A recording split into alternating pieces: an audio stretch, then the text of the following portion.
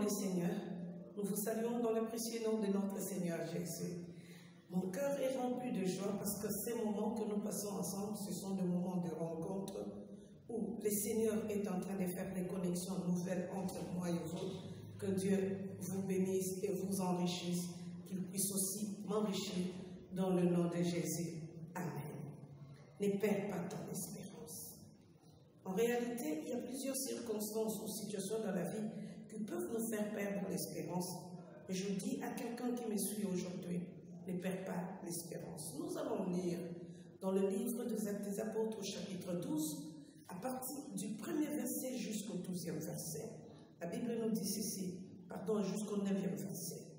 Or, ces temps-là, le roi Hérode mit le main sur quelques-uns de l'assemblée pour le maltraiter.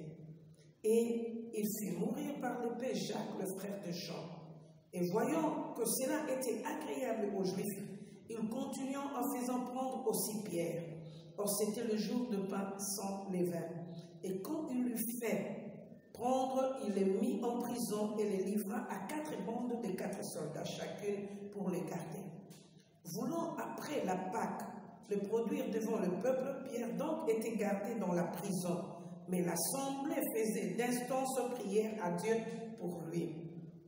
Mais lorsque Hérode allait les produire cette nuit-là, Pierre dormait entre 2 soldats, liés de 2 chaînes et de garde devant la porte, gardaient la prison. Et voici un ange du Seigneur survint, et une lumière resplendit dans la prison et frappa les côtés de Pierre. Il le réveilla, disant, « Lève-toi promptement. » Et les chaînes tombèrent de ses mains.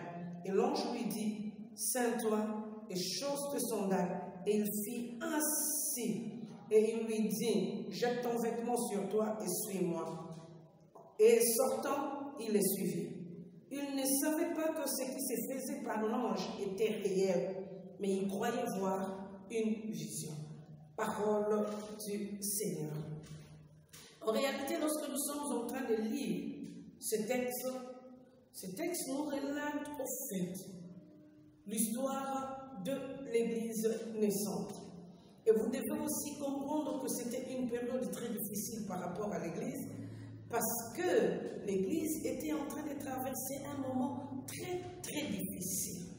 Et je te dis, hier, l'Église a eu la victoire. Aujourd'hui aussi, quelle que soit la période que l'Église est en train de vivre, l'Église aura la victoire. Nous ne parlons pas simplement de l'Église en tant qu'assemblée, mais nous parlons aussi de l'Église comme étant nos propres vies, parce que la Bible nous montre que nous sommes le temple de Dieu. Donc nous devenons, lorsque nous acceptons Jésus, la maison de notre Dieu. Et sache-le, quelles que soient les difficultés que tu es en train de vivre, ou encore quelles que soient les difficultés que tu es en train d'essuyer, ne t'en fais pas. Notre Dieu te fera du bien et il te donnera la victoire. La Bible est en train de nous montrer qu'à cette époque-là, Agrippa 1, parce qu'il y en a eu Agrippa 1 et Agrippa 2, Agrippa 1 pour faire plaisir aux Juifs. Or, vous devez comprendre que lui-même aussi était juif, donc sa mère était juive et son père était romain, mais il voulait à tout prix que le juif puisse l'aimer. Il voulait faire plaisir aux juifs et il s'est mis à tuer le chrétien.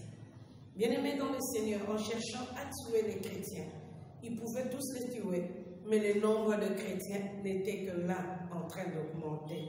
Et je prie le Seigneur, quelle que soit l'atrocité des problèmes que tu es en train de vivre, augmente dans ta foi, élève-toi dans ton niveau de voir Dieu, parce que l'heure a sonné où tu dois vivre de merveilles venant de la part de Dieu. Et la Bible, en nous montrant cela, il a maltraité des chrétiens. Le nombre de l'Église le faisait augmenter. Malgré les persécutions, l'Église a continué. Tu continueras à vivre à cause de la grâce de Dieu. Or, on a dit que durant cette période, on a arrêté Pierre. Et Pierre était en prison. Quelle souffrance! On venait de tuer Jacques. Pierre en prison. Et la veille, avant qu'on puisse l'exécuter, la Bible est en train de nous révéler que Pierre dormait. Peut-être que tu peux penser qu'il dormait parce que quelque part, il était là, fatigué, ou encore il se disait il y a un miracle qui va se faire. Je ne crois pas, mais je prends l'autre aspect. Il dormait parce qu'il comprenait aussi que c'était fini. C'était fini. Il n'avait plus rien à faire et il ne savait même pas comment est-ce qu'il pouvait continuer parce que la décision d'Hérode était irrévocable. Et dans la fatigue de sa vie, il était aussi désespéré.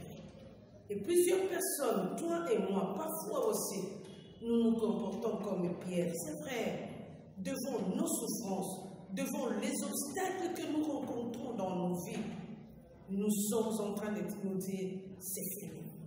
Et devant parfois des problèmes que nous n'arrivons jamais, alors jamais à prendre des décisions ou encore à avoir le dessus, nous disons que c'est fini. La Bible nous montre, Pierre dormait déjà. C'est pour dire, l'espérance aussi était finie. Bien-aimé, ne dors pas, parce que ton espérance n'est pas encore finie. Je ne sais pas ce que Dieu fera pour toi et moi demain, mais je sais simplement une chose. Quels que soient les découragements de nos vies, ou quelles que soient les barrières que nous sommes en train de rencontrer, nous avons un Dieu qui est réellement Dieu.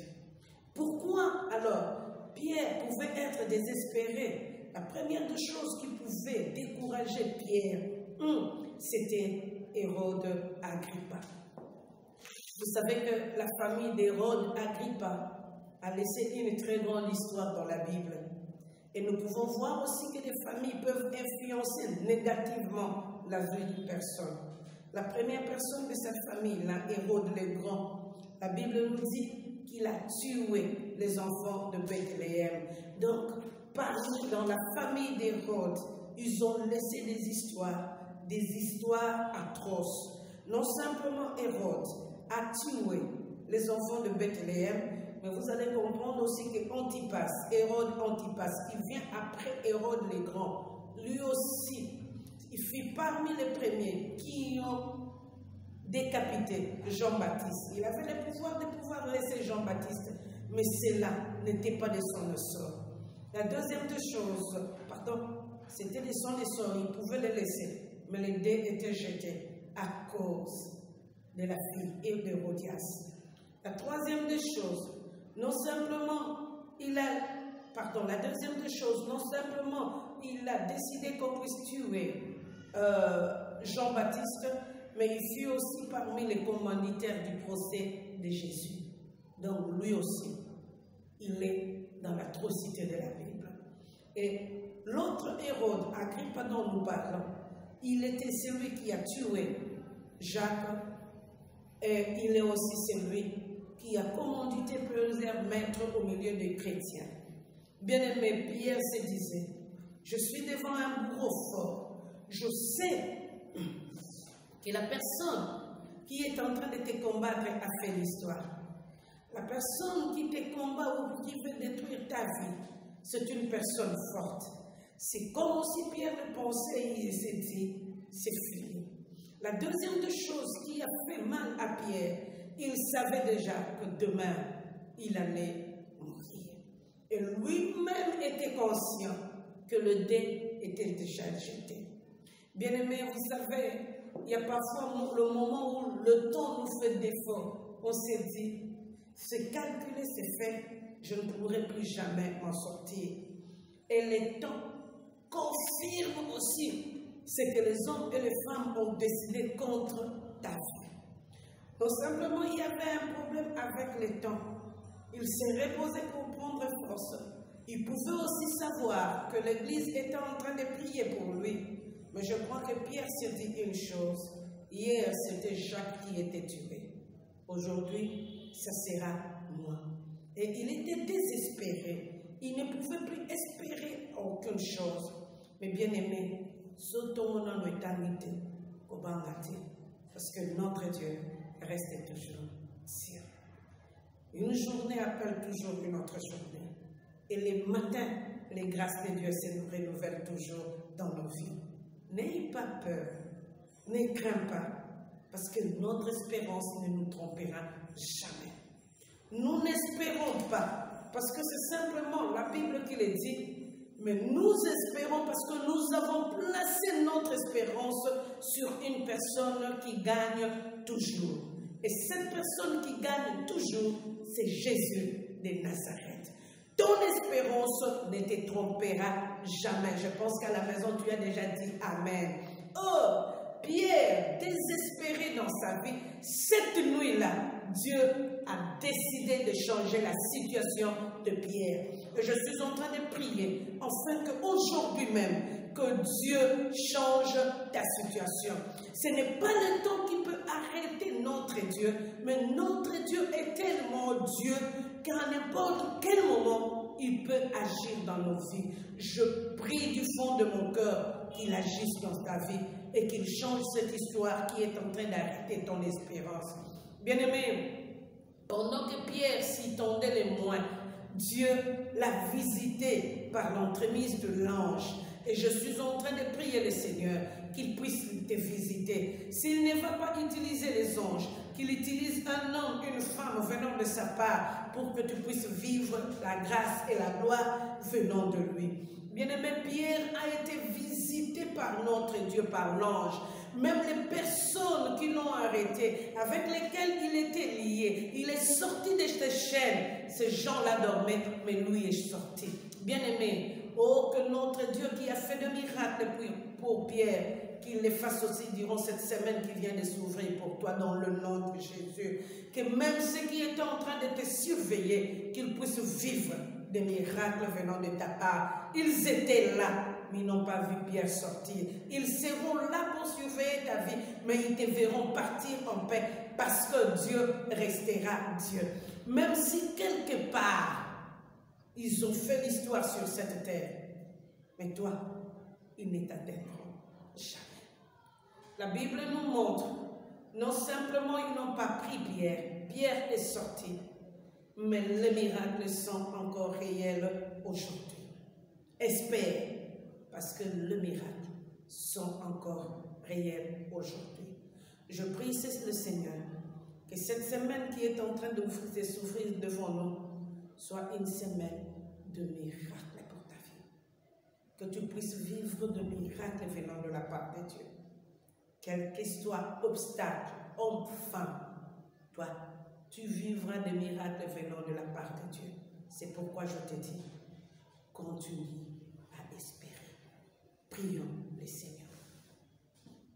Je suis en train de te dire un grand merci. Parce que si notre frère Pierre a connu de miracles, nous aussi, durant cette semaine, nous allons connaître des miracles venant de ta part. Je te lève, mon Dieu, afin que tu puisses te manifester dans toute ta gloire. Et que ton amour, s'élève dans nos vies. Et que ton amour nous fasse entrer dans la dimension de la victoire dans le nom de Jésus. Amen. Merci à tous ceux qui nous suivent. Merci aussi à vous qui êtes tombés aujourd'hui sur notre chaîne. Si vous voulez vous abonner et recevoir chaque fois nos exhortations, n'oubliez pas, abonnez-vous. Que Dieu vous bénisse. Amen.